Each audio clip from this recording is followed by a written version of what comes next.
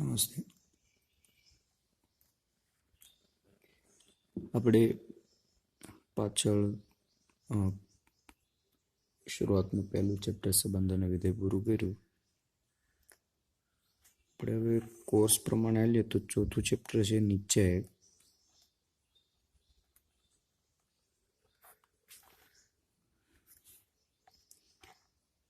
આના વિશે થોડો અભ્યાસ આપણે કરેલો છે, તેમ છતાં રિવિઝન સમજો, જે સમજો તે થોડું ઝડપથી અને પહેલેથી શરૂ કરી દઈએ.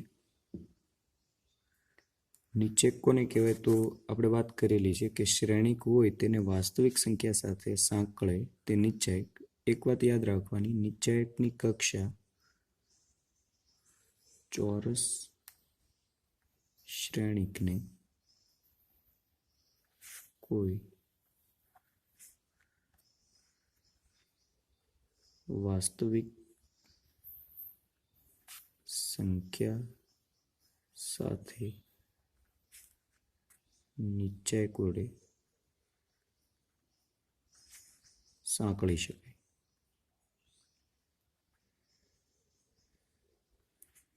એટલે એ વાત તો ક્લિયર થઈ ગઈ કે નિશ્ચાયકની કક્ષા કેટલી હશે? n ક્રોસ n સરખી હશે. હાર અને કોલમની સંખ્યા સરખી હોય એની અંદર નિશ્ચાયકનું મૂલ્ય મેળવવા માટે 2 ક્રોસ 2 કક્ષાનું શ્રેણિક હોય, નિશ્ચાયક હોય. નિશ્ચાયકને દર્શાવવા માટે CD આના બરાબર. માની લો કે A ઇક્વલ ટુ હોય. શ્રેણિકને આપણે આ રીતે રજૂ કરીએ: A B C D. આ શ્રેણિક હોય તો આ એનું મૂલ્ય થયું. નિશ્ચાયક હોય એટલે અહીંયા બે માનાંક, ટૂંકમાં બે ઊભા સ્તંભ આવે. અહીંયા આવી રીતે આપણે પાંખડા વાળી દઈએ છીએ. આની અંદર સીધા આવશે, મતલબ કે માનાંકની અંદર A B C D. પણ નિશ્ચાયકમાં એવો શબ્દ વાપરવાનો, માનાંક એવો શબ્દ નહીં વાપરવાનો. નિશ્ચાયક A equal to A B C D. અને તમે આ રીતે રજૂ કરી શકો: ડિટર્મિનેટ ઓફ A એવું પણ કહી શકાય. ઇંગ્લિશમાં ડિટર્મિનેટ એટલે શું થાય? ગુજરાતી એનું નિશ્ચાયક થાય. ડિટર્મિનેટ ઓફ A એવું પણ તમે લખી શકો. અને આના બરાબર હજી પણ એક બાબત છે, ડેલ્ટા પણ તમે લખી શકો. બધી બાબતો સાચી છે. આના બરાબર મોડ A બરાબર શું આવશે? ક્રોસ ગુણાકાર AD માઇનસ આનો ગુણાકાર CD. ઓલરેડી આવેલું છે એટલે બહુ આપણે ડીપમાં નહીં પડી. 3 ક્રોસ 3 હોય તો ડિટર્મિનેટ ઓફ A ઇક્વલ ટુ શું આવશે? A11 A12 A1. આ શું દર્શાવે આપણે બધાને ખબર હોવી જોઈએ. A21 A22 A23 A31 A32 A33 બરાબર શું આવશે? નિશાની બધાને ખબર હોવી જોઈએ. Plus minus plus minus plus minus plus minus plus આ રીતની નિશાની આવે. તો પહેલો ઘટક પ્લસ આવશે. A11 કૌંસમાં એ હાર અને કોલમમાં હોય એની સિવાયના જે 4 ઘટકો આવે એના નિશ્ચાયકનું મૂલ્ય એટલે આનો ક્રોસ ગુણાકાર A22 A33 માઇનસ આનો ગુણાકાર A32 A23. પછી નિશાની કેવી છે? માઇનસ. કોઈ પણ એક હાર લ્યો અથવા સ્તંભ તમે લઈ શકો, તમને સારું લાગે તો લઈ શકાય, પણ જનરલી પેલી હાર લેવાની. A12 કૌંસમાં આ જેની અંદર આવે છે એ સિવાયના 4 ઘટકો કયા આવે? A21 ગુણ્યા A33 નિશાની માઇનસ આ બેનો ગુણાકાર A31 ગુણ્યા A23. પછી પ્લસ આ છેલ્લો ઘટક A13 એને ગુણ્યા એ હાર અને જે કોલમમાં આવે એની સિવાયના 4 ઘટકો એટલે A21 A32 માઇનસ આનો ક્રોસ ગુણાકાર A31 A22 કૌંસમાં આ એનું મૂલ્ય થયું. કોઈ પણ હાર અને કોઈ પણ સ્તંભ તમે મૂલ્ય મેળવવા માટે લઈ શકો. હવે કોઈ શ્રેણિક માટે થિયરી જોઈએ.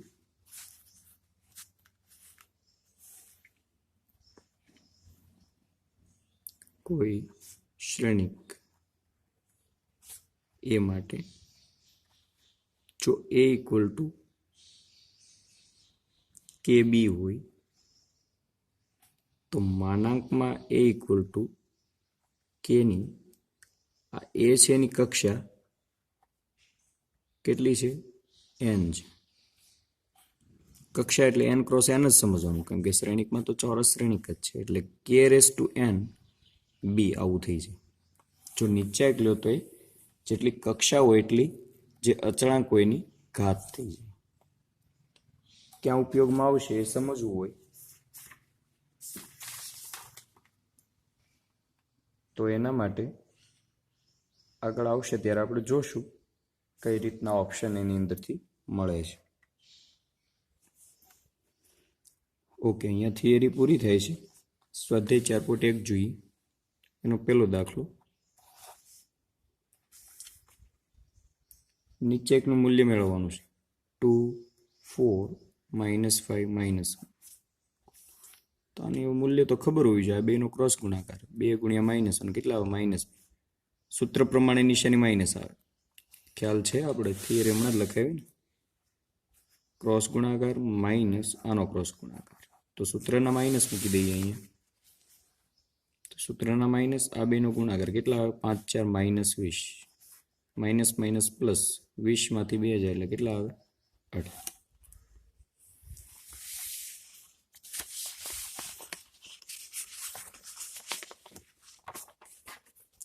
આગળ બીજો દાખલો જોઈએ.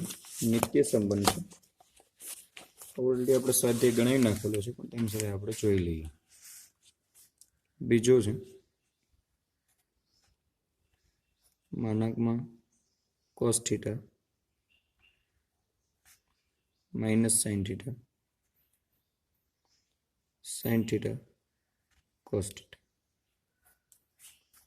તો આના બરાબર શું થાય? ક્રોસ ગુણાકાર cos ઇન્ટુ cos, cos વર્ગ θ. સૂત્રના માઇનસ અહીંયા ગુણાકાર કરો એટલે માઇનસ આવશે. માઇનસ માઇનસ પ્લસ sin વર્ગ θ. નિત્ય સમ છે ઇક્વલ ટુ શું આવે? 1. એની અંદર બીજો દાખલો છે, એ તમે ગણજો હોમવર્કમાં. બરોબર, સાદુરૂપ આપવાનું છે, સાબિત કરવાનું છે.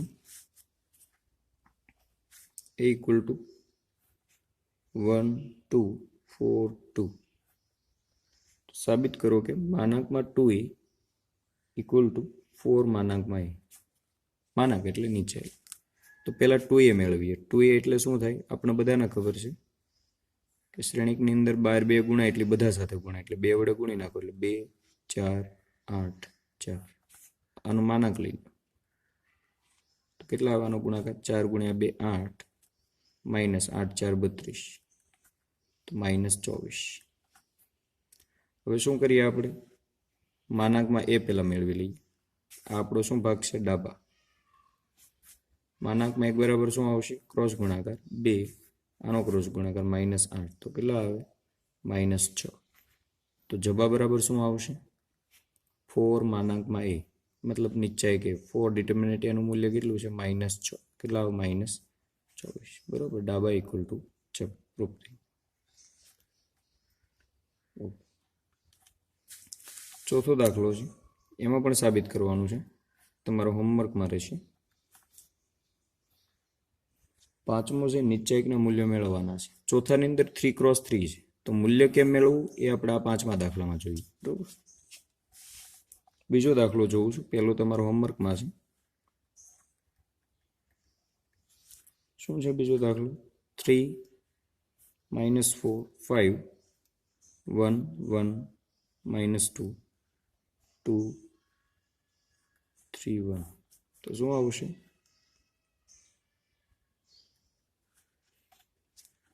પેલો ઘટક કૌંસમાં આ નીચે આનો નીચે શું આવશે? 1 માઇનસ સૂત્રના માઇનસ પ્લસ 3 ગુણ્યા 2 6. સૂત્ર લખ્યું ને એ પ્રમાણે આપણે ગણવાનું છે. આ પ્રમાણે હાલવાનું છે. નિશાની કેવી આવશે સૂત્ર પ્રમાણે? બીજો ઘટક હોય એમાં સૂત્ર કેવું નિશાની કેવી આવે? માઇનસ. અહીંયા કેટલા છે? -4 કૌંસમાં. આ જેની અંદર હોય એની સિવાયના ઘટકો, એટલે આ 4 ઘટકો એનો નીચે, એટલે 1 × 1 1. અહીંયા 2 છે, આ -2 છે, કેટલા આવશે? -4, પણ નિશાની માઇનસ આવે એટલે -+4. છેલ્લો ઘટક +5 કૌંસમાં. આનો ક્રોસ ગુણાકાર 3 - 2 = 6 ને 1 7 3 21 -+ +20. અહીંયા કેટલા આવશે? +5. તો કેટલા આવે? 25 ને 21 કેટલા થાય? 46 આન્સર. આ રીતે આપણે ચેકનું મૂલ્ય મેળવવાનું છે. ઓકે, બાકીના દાખલા હોમવર્કમાં ત્રીજો ચોથો હોમવર્ક. છઠ્ઠો છે, નીચે એક એ આપેલો શ્રેણિક આપેલો છે 1 1 - 2 2 1 - 3 5 4 -9. તો ડિટર્મિનેન્ટ ઓફ એ મેળવવાનું છે. ડિટર્મિનેન્ટ ઓફ એ એટલે અહીંયા જે પાંખડા છે, મતલબ આ ટાઈપનું જે સૌરત અંતરાલ ટાઈપનું છે, એ નીકળી જશે. 1 1 - 2 2 1 - 3 5 4 -9. થોડુંક સ્પીડમાં તમને કામ લેતા આવડવું જોઈએ. કઈ રીતે લેશો કામ? ફટાફટ લઉં છું, કહેતો નથી કઈ રીતે લઈએ. 1 એની સિવાયનો નીચે -9 + 12. જોતા જ જો શું થાય છે. ફટાફટ કામ લેવાનું. -18 + 15. તમારી નજર પડે તો તમને ખ્યાલ આવવો જોઈએ કે શું કામ કઈ રીતનું લેવાનું છે. કેટલા આવશે? અહીંયા 3 માઇનસ કેટલા આવશે? માઇનસ +3. અહીંયા કેટલા થશે? 3 - 6 0 આન્સર. બરોબર. કયો ઘટક કઈ રીતે લેવાનો છે? કોઈ પણ એક હાર લઈશું. તમને એવું થાય કે મારે આ હારની મદદથી લેવો છે તો ગણી શકાય, પણ અહીંયા નિશાની આની માઇનસ આવે, આ પ્લસ આવે, આ માઇનસ આવે. બરોબર લખાયું ને? Plus minus plus minus plus minus plus minus plus. એ પ્રમાણે કોઈ પણ એક હાર લઈ શકો, કોઈ પણ એક સ્તંભ લઈને તમે ગણી શકો. ધ્યાન રહે, જે ઘટક લ્યો એ ઘટક સિવાયના નીચે લેવાનું. દાખલા તરીકે આની વાત કરતા હોઈએ તો આ જે કોલમ અને રોની અંદર આવે એની સિવાયના ઘટકો આ 4 થાય, તો આનો નીચેક બને માઇનસ આ. દાખલા તરીકે અહીંયા 1 હોય તો 1 કૌંસમાં કરીને -9, પછી આ માઇનસ પ્લસ થઈ જાય 10. આ રીતનું થાય. ઓકે.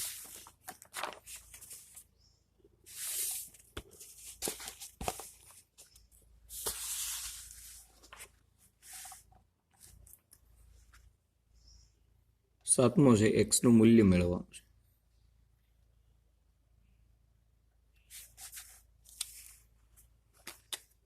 પેલું છે 2 4 5 1 = 2x 4 6x. શ્રેણિકમાં કેવું હતું? આવી રીતે ઇક્વલ ટુ આપેલા હોય તો તમે એક એક ઘટક સરખાવી શકો. અહીંયા દાખલા તરીકે આવી રીતે શ્રેણિક આપી દીધું તો x = તમે 1 આવી જાય. શ્રેણિક હોય તેની અંદર સરખાવી શકે, નીચે એકમાં તમે સરખાવી ન શકો. એવું ન કહી શકો કે 2x = 2, એવું ન કહી શકો. પહેલાનું મૂલ્ય લેવું પડે. મૂલ્ય લો, કેટલા આવે? 2 - 20 = આનો અહીંયા ગુણાકાર કેટલા આવે? 2x² માઇનસ કેટલા આવે? 24. તો અહીંયા કેટલા આવે? -18 = 2x² - 24. 2x² બરાબર કેટલા આવે? આ બાજુ પ્લસ થાય એટલે 6. તો x² = કેટલા આવશે? 3. તો x = વર્ગ અને વર્ગમૂળ લ્યો એટલે ±√3. બીજો દાખલો હોમવર્કમાં રહેશે.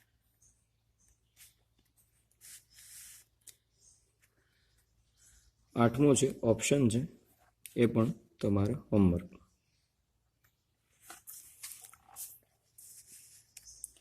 નીચે એકના થોડા ગુણધર્મો છે, એ આપણે જોઈ લઈએ. તેમાં પહેલો ગુણધર્મ છે, એના કમાન્ડો તો આપણે બધાને ખબર છે કઈ રીતનું કામ લેવાનું હોય.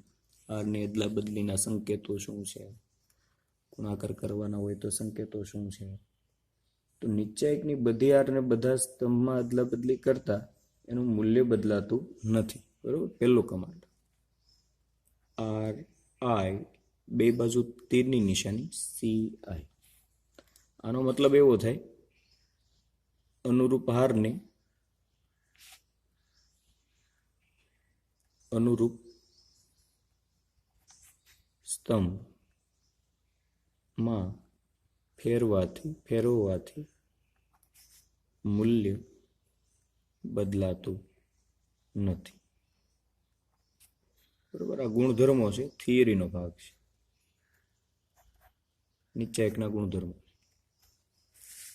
એક્ઝામ્પલ લઈએ. મોડ એ ઇક્વલ ટુ, દાખલા તરીકે આપણે 2x2 મેટ્રિક્સ જ લઈએ. A11 12 21 22. તો આનું મૂલ્ય આને અનુરૂપ આ જે હાર છે એને કોલમમાં ફેરવી નાખો. A11 A12, આ બીજી હાર છે એને બીજી કોલમ કહી દો એટલે 21 A22. આ બેયના મૂલ્યો કેવા રહેશે? સમાન આવશે. આ બે સરખા છે. સેકન્ડ વન, નીચે એકની કોઈ પણ બે હારની અદલાબદલી કરવામાં આવે તો નિશાની બદલાય છે. દાખલા તરીકે એની નિશાની આ રીતની છે, આર આઈ આર જે. ફોર એક્ઝામ્પલ,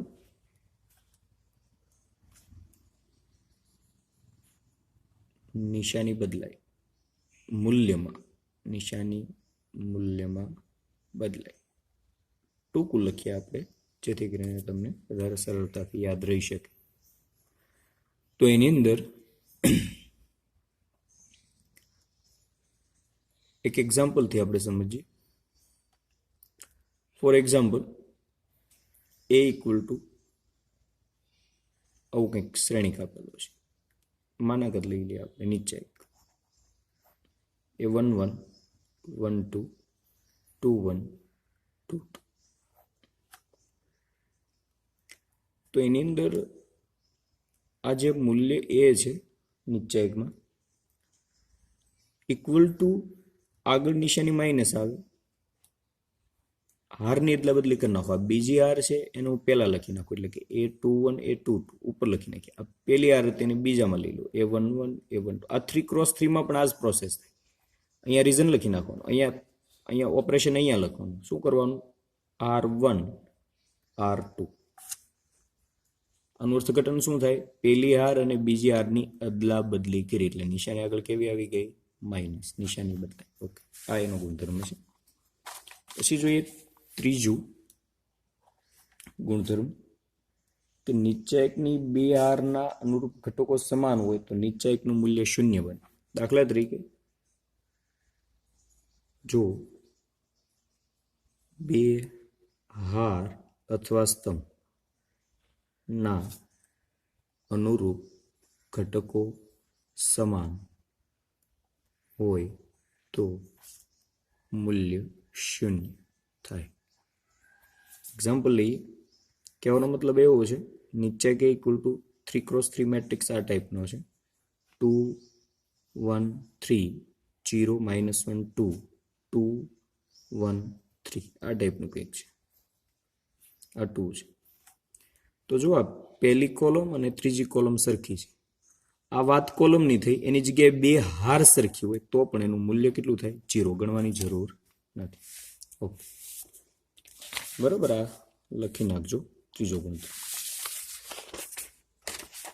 આગળ જોઈએ ચોથો ગુણધર્મ છે.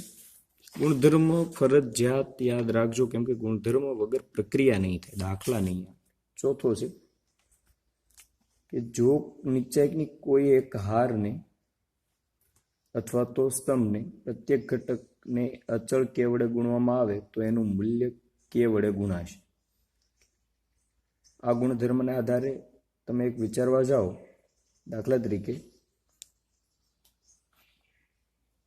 આપણે એક વાત સમજીએ.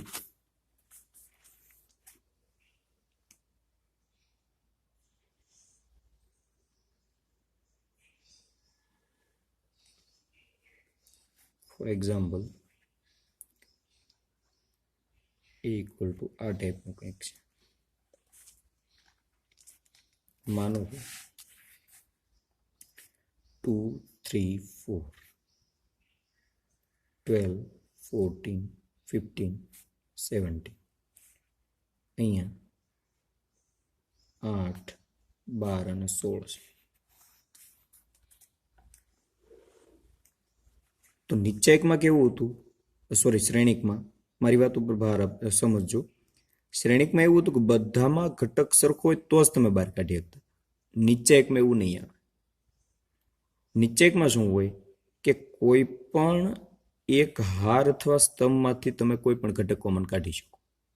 તમને એમ કહેવામાં આવે 2a, તો શું થાય? તો તમારે શું કરવાનું છે? શ્રેણિકમાં એવું નહોતું. શ્રેણિકમાં તો જેના વડે ગુણી એ ઘટક બધા ગુણાતો હતો. નિશ્ચયકમાં એવું થાય નહીં. તો અહીંયા શું થશે? 2 વડે ગુણ્યા તો એક જ હારના કોઈ ઘટક સાથે 2 વડે ગુણી શકો. કાં એક કોલમ, દાખલા તરીકે હું અહીંયા ગુણતો હોય તો અહીંયા 4 6 અને અહીંયા 8 મૂકવા પડે. મને એમ થાય મારે આ કોલમ હારે ગુણવી, તો એક કોલમ અથવા એક હાર હારે આ એક ગુણાશે. તો એનો મતલબ તો એવો થાય કે જો ગુણાકાર એક હાર અથવા કોલમ સાથે થતો હોય તો કોમન પણ એક હાર અથવા કોલમમાંથી નીકળી શકે. તો હું અહીંયાથી શું કોમન કાઢું? ત્રીજી કોલમમાંથી 4 કોમન કાઢી, તો એને હું 12 લખી શકું ખાલી એક હારમાંથી. તો શું વધે? 2 3 4 12 15 17 4 કોમન કાઢ્યા, તો અહીંયા 2 3 4. જો પહેલી હાર ત્રીજી હાર સરખી છે, મૂલ્ય કેટલું થઈ જાય? 0.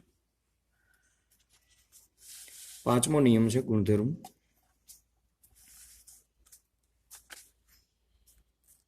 આ ગુણધર્મ સમજવાનું શું છે? 2 હાર સરખી હોય નથી સમજવાનું. સમજવાનું એ છે કોઈ પણ હાર અથવા કોલમમાંથી કોમન તમે કાઢી શકો. અને ગુણાકાર કરવો હોય તો પણ કોઈ પણ એક હાર અથવા કોલમને ગુણી શકો. આ દાખલા તરીકે 4 છે ને તમે અહીંયા પણ ગુણી શકો. આ કોલમ હારે ગુણી નાખો તોય ચાલે. આ કોલમમાં ગુણી શકો, આ કોલમમાં ગુણી શકો, આ 4 ને અહીંયા આરમાં ગુણી શકો, અહીંયા પણ ગુણી શકો, અહીંયા પણ ગુણી શકો. કોઈ પણ એક હાર અથવા કોલમની અંદર ગુણાકાર થઈ શકે. શ્રેણિકમાં એવું નહોતું. શ્રેણિકમાં બધા ઘટક સાથે ગુણાય અને કોમન કાઢવો હોય તો બધા ઘટકમાંથી કોમન નીકળે. આટલો નિશ્ચયક અને શ્રેણિકમાં તફાવત છે. પાંચમો જે નિયમ છે એ આપણે ખાલી એક્ઝામ્પલથી જ સમજવું વધારે બેટર રહેશે. a1 + λ1 b1 c1 a2 + λ2 b2 c2 a3 + λ3 b3 c3. આ રીતનું હોય નિશ્ચયક. ક્યાંક સરવાળાના સ્વરૂપમાં તમે રજૂ કરી શકતા હોય તો આના બરાબર 2 અલગ અલગ શ્રેણી લખી શકાય. પ્લસ કયો છે? λ1 b1 c1 λ2 b2 c2 λ3 b3 c3. આ એનો ગુણધર્મ છે. આ બે સરવાળા તરીકે હોય તો તમે છૂટા છૂટા બે શ્રેણિક નિશ્ચયક તમે બનાવી શકો. ક્યાંક મારો શબ્દ શ્રેણિકનો બોલાઈ જાય તો હકીકતમાં શ્રેણિક નથી. વાત અહીંયા માનક ટાઈપનું હોય તો એ નિશ્ચયકની હોય, બરોબર? એટલે કન્ફ્યુઝ નહીં થતા. તો બે અલગ અલગ તમે નિશ્ચયકમાં તમે લખી શકો. અને છઠ્ઠું છે કે કોઈ પણ હાર અથવા સ્તંભ હોય તો એને ગુણીને કદાચ ઉમેરવામાં આવે અથવા તો બાદ કરવામાં આવે તો મૂલ્ય બદલાતું નથી. તો ટૂંકમાં તમે હાર અને કોલમના ઓપરેશન કરી શકો. દાખલા તરીકે એ ઓપરેશન માટેનું આપણે એક્ઝામ્પલ જોઈએ ને એટલે તમને વધારે સમજાશે. ફોર એક્ઝામ્પલ એ = આવું કંઈક છે. 2 3 4 5 6 7 8 9 10 આવું નિશ્ચયક છે. તો હું તમને એવું કહું કે R2 2R2. તો આનો મતલબ શું થાય? બીજી હારને 2 વડે ગુણવાના છે. તો શું આવશે? મૂલ્યમાં કંઈ ફેર નહીં પડે. મૂલ્યમાં ફેર પડશે. કેટલો થશે? જે માનાંક છે એનું મૂલ્ય કેટલું ગણું થઈ જાય? 2 વડે ગુણો તો 2 ગણું થઈ જાય. જેટલા વડે ગુણો એટલા ગણું થઈ જાય. તો 2 વડે ગુણ્યા તો 2 ગણું થશે. તો કેટલા આવશે? બીજી હારને 2 વડે ગુણવાના એટલે 2 3 4 5 અને 2 વડે ગુણવાના છે ને એટલે કેટલા થઈ જાય? 10 12 અને 14 8 9 10. આ એક પહેલી પ્રક્રિયા થઈ કે જેટલા વડે ગુણો નિશ્ચય કેટલા ગણો થઈ જાય. અહીંયા પણ 2 મૂકવા પડે. બીજું અહીંયાથી વાત કરીએ. આની અંદર તમને એવું કહેવામાં આવે R2 tense two R1 plus 2R2. તો આનો મિનિંગ શું થાય? બીજી હારને બે વડે ગુણીને કોની અંદર ઉમેરવાના? પેલી હારમાં ઉમેરવાના છે. બરોબર, અહીંયા 1 આવશે, જે જવાબ આવશે 1. પેલી હારની અંદર પેલી હારમાં બીજી હારને 2 વડે ગુણીને ઉમેરવાના છે. તો આવો નિશ્ચયક હોય તો એમાંથી અહીંયા નિશ્ચય કેવો બનશે?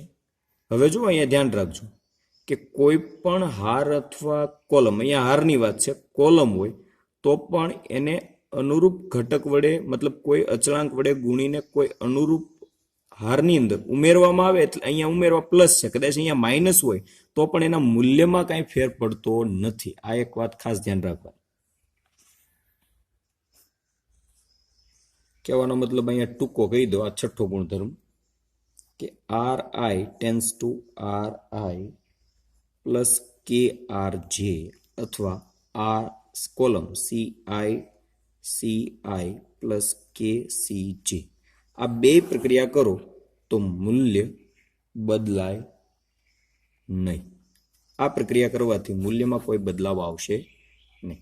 પણ જો આ પ્રક્રિયા કરવામાં R1 ટેન્સ ટુ KR1 અથવા CI, RI લઈ લો ને, CI ટેન્સ ટુ KCI, આ પ્રક્રિયા કરો તો મૂલ્ય K ગણું થાય. ખાલી હારને કે વડે ગુણવામાં આવે, કોલમને કે વડે ગુણવામાં આવે તો મૂલ્ય K ગણું થઈ જાય. આ પ્રક્રિયા કરો ગુણીને બીજી કોઈ અન્ય હાર અથવા કોલમની અંદર ઉમેરી દેશો તો મૂલ્ય બદલાતું નથી. વાત આપણે અહીંયા હતી. આ પ્રક્રિયા શું દર્શાવે જોઈએ આપણે. પહેલી હારમાં બે વડે બીજી હારને 2 વડે ગુણો એટલે અહીંયા કેટલા થઈ જાય? 10. 5 ગુણ્યા 2 10. એને પહેલી હારમાં ઉમેરો, 10 ને 2 કેટલા થાય? 12. એટલે અહીંયા 12 આવશે. પછી આને 2 વડે ગુણો એટલે 12. 12 ને 3 કેટલા થાય? 15. 7 ગુણ્યા 2 14. 14 માં 4 ઉમેરો એટલે કેટલા થાય? 18. ઓકે. પછીની બીજી હાર તો એમનેમ જ રહેશે. 5 6 7 8 9 10. ટૂંકમાં ફેર કોની અંદર પડશે?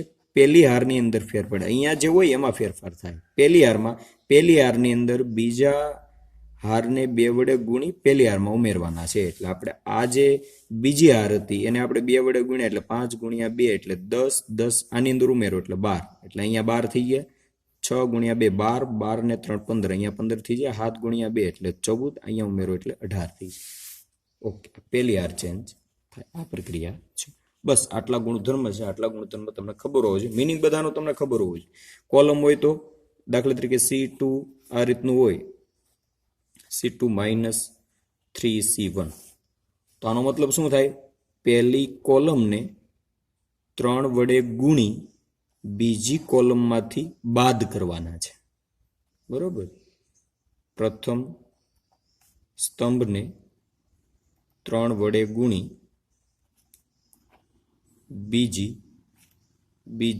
બીજા સ્તંભમાંથી બાદ કરવા. આનું અર્થઘટન આવું થાય. તમને એનો મતલબ સમજાવવો જોઈએ. ફેરફાર કોની અંદર થશે? બીજી કોલમમાં. પહેલી કોલમનો ઉપયોગ કરવાનો છે, ફેરફાર બીજી કોલમમાં થશે. આવા થોડાક તમારી જાતે બધાએ બધી કોલમના, બધા સ્તંભના 5 સ્તંભની પ્રક્રિયાના અને 5 કોલમની હારની પ્રક્રિયાના દાખલા તમારી જાતે બનાવીને મને હોમવર્કની અંદર મોકલવાના છે. બસ અહીંયા આપણી થિયરી પૂરી. કાલથી આપણે 4.2 સ્વાધ્યાય લઈશું. અહીંયા આપણે આપણો ક્લાસ પૂરો કરીએ.